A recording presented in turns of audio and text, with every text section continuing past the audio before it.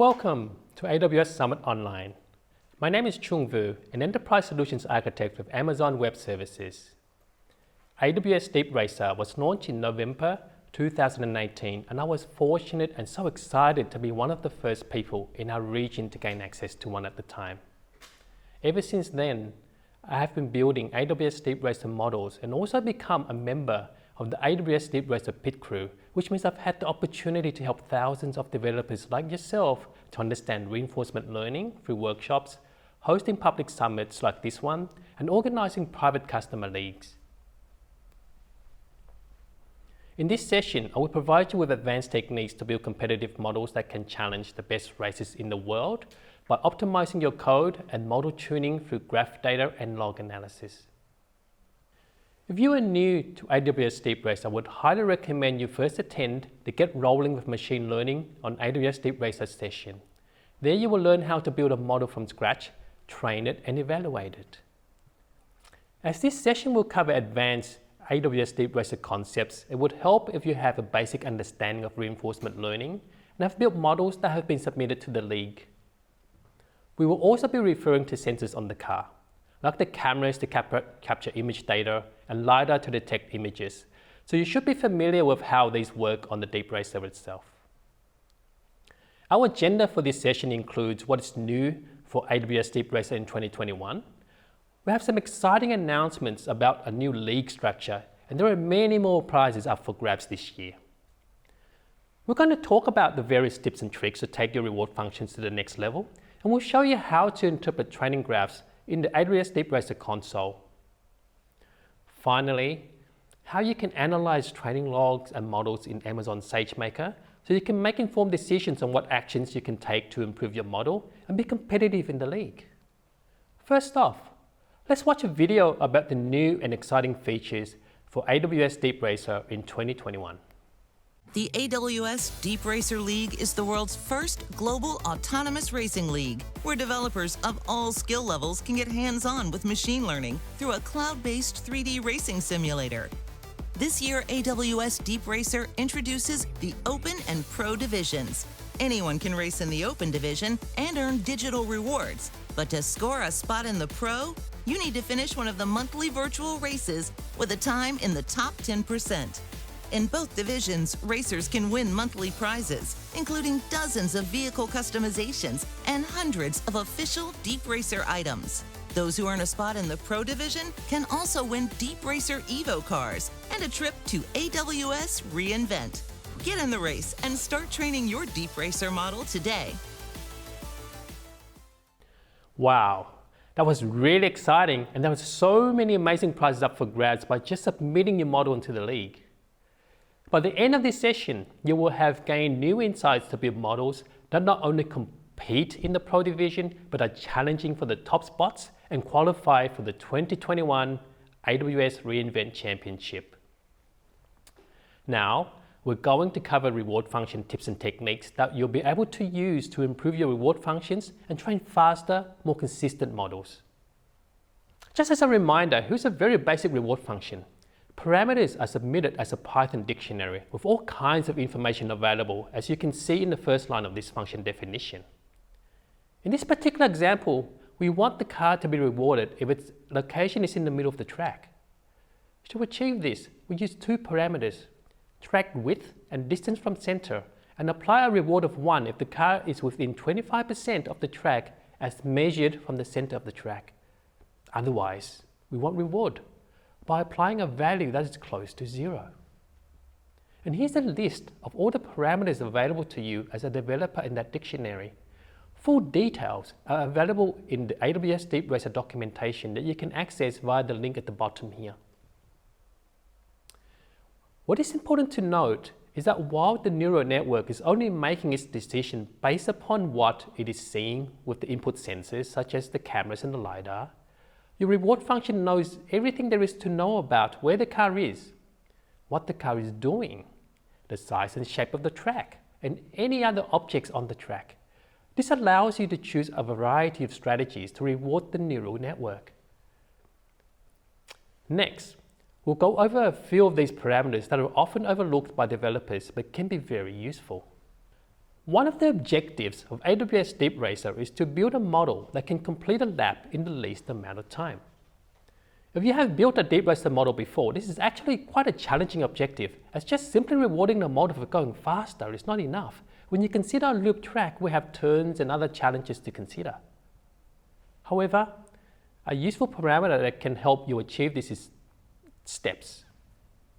Steps is often overlooked, but when combined with the parameter progress, it is an easy way to reward getting further along the track for the same amount of time. Just to reiterate what a step is a single iteration of a shown loop. That's you can see here. Data comes in from the sensor, such as an image from the camera, which is fed into the neural network. The neural network processes that data and infers an action that is then performed. The reward function then runs and determines whether that was a good or bad decision. And each time this loop runs, which is roughly 15 times a second, this is a single step. Another important aspect to know is the step counter is reset every time a new episode is started, which is basically a new lap or whenever the car exits the track. So how do we use this knowledge of steps? On the left bow tie track, you can see a fairly typical follow the centerline model as it makes its way around the track. This uses the centerline reward function you saw earlier. This model is closely following the centerline. On the right track, we applied a reward for progress over steps, and as you can see, this model was able to learn how to cut the inside of turns, getting closer to the optimal racing line and completing laps more efficiently, ultimately meaning faster lap times for you. So steps are great, but when a model is in the early stages of training, it is not aware of its environment and how it should interact to be fast and efficient. The waypoints parameter is a very powerful way to inform your models to react to different sections of the track by rewarding actions that are of most benefit to that section. Waypoints are an ordered list of track-dependent milestones, sequentially numbered along the track center. Let's take a look at this reInvent 2018 track example to see what we mean. In a straightaway at the bottom of the track, we want to go fast and straight. That's the most efficient way to travel here. Leading up to the hairpin turn, we want to be on the outside lane, slowing down to turn in, and in the middle of the turn, we should be hugging the inside. As we leave the turn, we should be accelerating, and using waypoints, we can set the reward function to reward each of these different behaviors.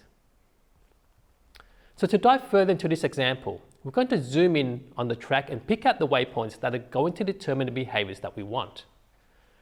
We can see that as we approach the turn, this corresponds to waypoint 5 to 9, and the start of the turn to the middle of the turn, that corresponds to waypoints 10 to 20. If we then focus on the reward function, we have defined array variables for right R and left L. We then populated these arrays with the waypoints that was identified. With the help of the parameter is left of center, which is true when the car is left of the center of the track, we can then reward the car for being on the outside of the track approaching the turn, and also reward it for being on the inside of the track in the middle of a turn. And there you go. You now have the knowledge to build models that can tackle even the most complex of tracks. While we're on the subject of waypoints, I would like to recommend modules that are available to you in AWS Deep Racer for your Python reward function, specifically NumPy, SciPy, and Shapely modules. They simplify the calculations and can save you a lot of time. You can see here we are loading waypoints into the Shapely linear ring object. This will allow you to simply calculate the distance of an object to the center line, for example. If you are not using these Python modules, you will literally have to loop over every single waypoint and perform geometry and trigonometry calculations to figure this out. So definitely take advantage of these helpful modules. And speaking of geometry and trigonometry, developers often want to implement rewards based upon distance and angle to waypoints. So here is a reference from high school level maths. If you want distance between the car and waypoint, use Pythagorean theorem as an example shown here. If you want the angle between the car and waypoint, use the method A tan2 as in this example.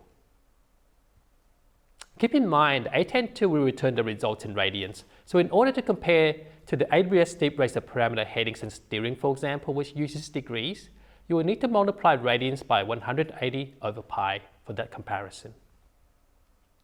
And finally, another common consideration that catches developers out is when the car is heading towards the y-axis. A slight shift will make that heading swing from a positive 180 to a minus 179.9 degrees, which might throw off your reward calculations if you are not taking this into account. Hopefully you found some of those reward function techniques compelling and will be able to use them to improve your models. But sometimes developers want to know how their training is going and look at the training graphs in the console to get a sense of that. In this section, you'll be able to see several training graphs and start to get a sense of how to interpret them. So let's dive in. This is a typical training graph. The green line is the average reward given out by the reward function over time, while the blue and red lines are the completion percentages of how far the car makes it around the track for training and evaluation respectively. Note the scale on the left for the reward can be variable and changes depending on the reward range you use in your reward function, whereas the scale on the right for completion percentage is always fixed at 0 to 100. Every so often, we have developers ask us what it means when my reward graph is above or below the completion percentages, and really it doesn't mean anything as they're a completely independent scale, so don't read too much into that. In this example, we see there has only been around 600 iterations, so the model is still quite new and the graphs are still going up. We see the evaluation completion percentage just reach 100%, which is a great sign, but it isn't fully consistent yet, and the training completion graph still has a way to go, but it is still trending up. I'd say this reward function and model is showing promise, and it just needs more training time. A very common question we often hear is, why is a training and evaluation line separate? The training graph is the performance of the car while experience is being gathered, and during this phase the car is trying different things and exploring its environment. Once enough experience has been gathered into batches, it is sent to be analysed and an algorithm applied to this data to try and maximise the rewards. This is when the neural network is updated with adjusted weights and biases. While this is happening in the background, the environment where the car was gathering experience is freed up to enable an evaluation of a previously updated model to be run, with the primary purpose to exploit the knowledge of what it has already learned and not try anything new.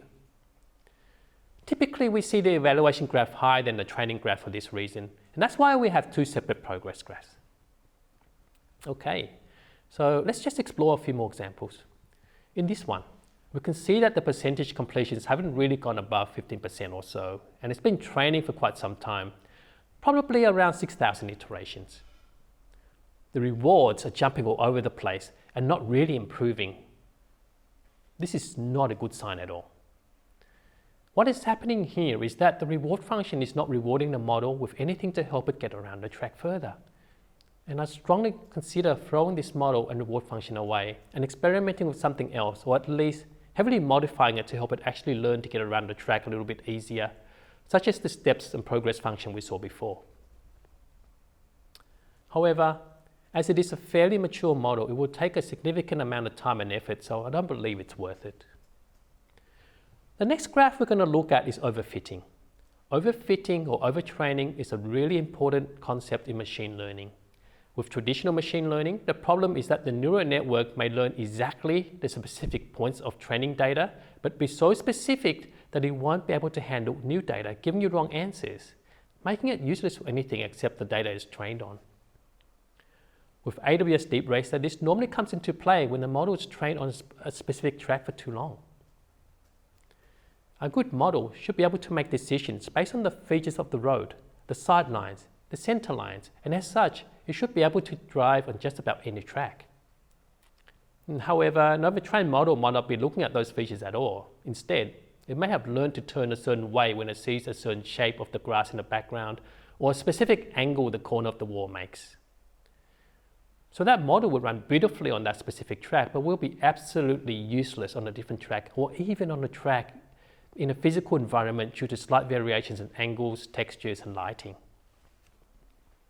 In this example, we see the evaluation percentage completion reach 100% a while ago, and the training percentage reached 100% roughly 100 iterations ago. At this point, I'd say the model is pretty fully trained, and training it further might lead to the model becoming overtrained on this track.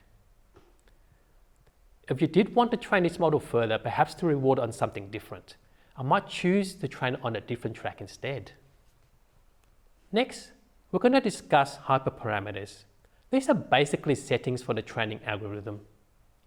Many developers do over-index on these, but the fact is the default hyperparameters have been tuned to work well for the majority of models and are actually really good, so it's more beneficial to focus on crafting the reward function to optimize your model than to spend time with the hyperparameters.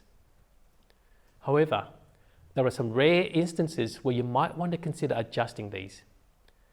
For this example, see how the training completion graph and the reward graphs are swinging high and low? This might suggest an inability to converge, which may be helped by adjusting the learning rate hyperparameter. Imagine if the correct weight for a given node is 0.3 and the optimal weight should be 0.35, but the learning rate was set to 0.1. The next training iteration would then swing past optimal to 0.4, and the following iteration will swing it back to 0.3 again. If you suspect this, you can reduce the learning rate to a value of 0.01, for example, which would hit optimal after 5 iterations. A lower learning rate makes learning longer, but can help the model to get closer to the optimal outcome you're looking for. So hopefully now you have a good sense of how to interpret training graphs from the console. But what if you are looking for more data and information about the training, such as how fast your car is going at a certain section of the track or the actions the car took at those sections? For this, we need to dive into the AWS Deep Racer training logs and model data. The AWS Deep Racer training log data is available to you to download via the console or API. Here's an example of a single log entry. A typical log will have thousands of these lines for every episode and step. An episode, remember, is a lap around the track from the time it starts until it completes or go off track. And a step is one iteration of input data to neural network to action to reward function, and happens about 15 times a second. In this example, we can see that episode 619, step 44, the car was at x coordinate 2.95 by y coordinate 1.09, and all the other information along with that. By processing these log files, you can pull out insights to help bring your model to the next level. There are several ways you can process that log data. One of the most commonly available is the Log Analysis Notebook, available in the AWS Deep Racer Workshop's GitHub repo at this URL. I trained a sample model, loaded the notebook into Amazon SageMaker, and processed the log data from my training job. Let's explore some of the things you can do with this notebook. One of the most useful things about the notebook is it gives us an easy way to visualize the track waypoints. This lets us tweak our reward function to perhaps reward differently depending upon the area of the track the vehicle is on. So in this example, the 2019 reInvent Championship track, you can see the waypoints go from 0 to 153. They're also fairly close together and evenly distributed. We discussed how to use waypoints previously, so there's only one other thing I want to point out. Often, it's not very interesting to use the direction to the closest waypoint, as it is subject to very large swings in heading from the car as it passes this point. Instead, you may want to select a waypoint that is some reasonable distance ahead. For example, if the vehicle is near waypoint 50, perhaps it checks against the direction for waypoint 70. But be careful with this, as on sharp turns it might actually lead to the vehicle going off in the inside of the track by cutting a corner.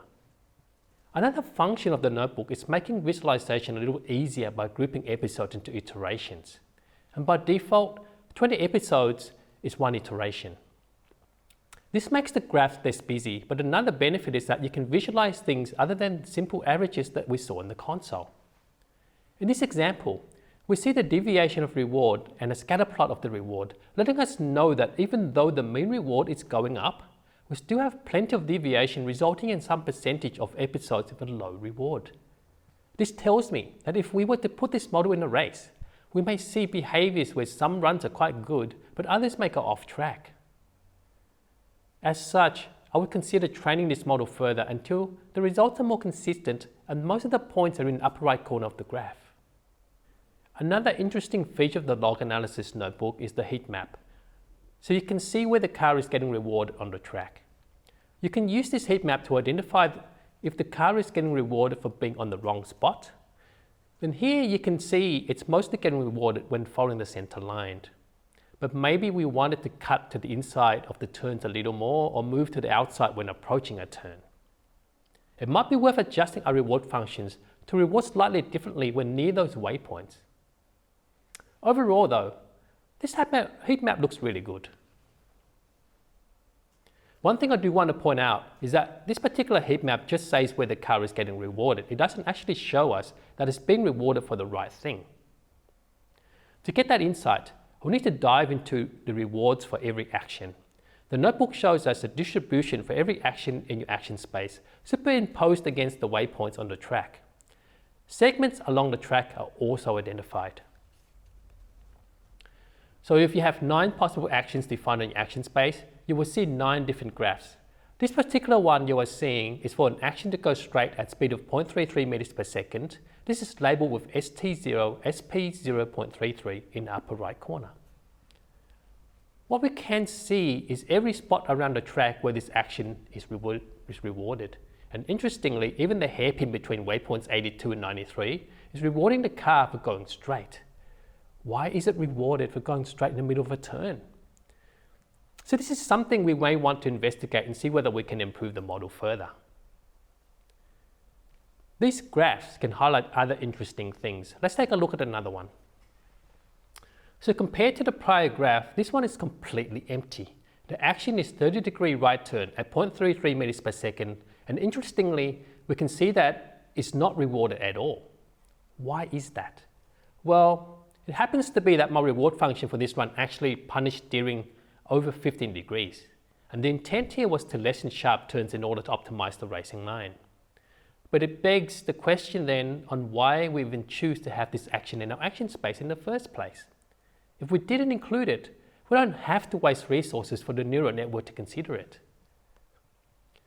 Using these graphs can be very powerful for teasing out those potential discrepancies between your reward function and your action space. Finally, we come to one of the most useful parts of the notebook in my opinion, and that's the sample image heat map. The notebook has over 900 sample track images that you can feed into your neural network to see what is driving decision making for your model and what it's looking at to make that decision. Basically, an image is passed into the neural network. An action is decided. And then we look to see what portions of the input data were the main drivers in making that decision. And then we overlay those pixels on the image as a heat map. This can help you identify exactly which areas of the environment the model is picking out. And let's take a look at a few examples here. The first on the left looks really good. We want the model to make its decision based upon the features of the road, and we see that the model is focused on the outside outer line. The middle example is a little more questionable. We see some slight highlights around the center line, a few on the outer line, but a bit on the wall. But really the concerning focus seems to be a fairly empty area of the road up ahead. And given an absence of other information, I'd likely want to train this model further. The last example on the right is the most concerning. We have some highlights on the center line and outer lines, which are great, but a lot of the attention is being given to the grassy area, the wall, and the angle between them. It's very likely that this model is somewhat overtrained and is making its decisions on something other than the features of the road. So what I would do is either back up to an earlier version of this model or spend some time training this model further on a different track to try and break it of this overtrained behavior. So there you have it.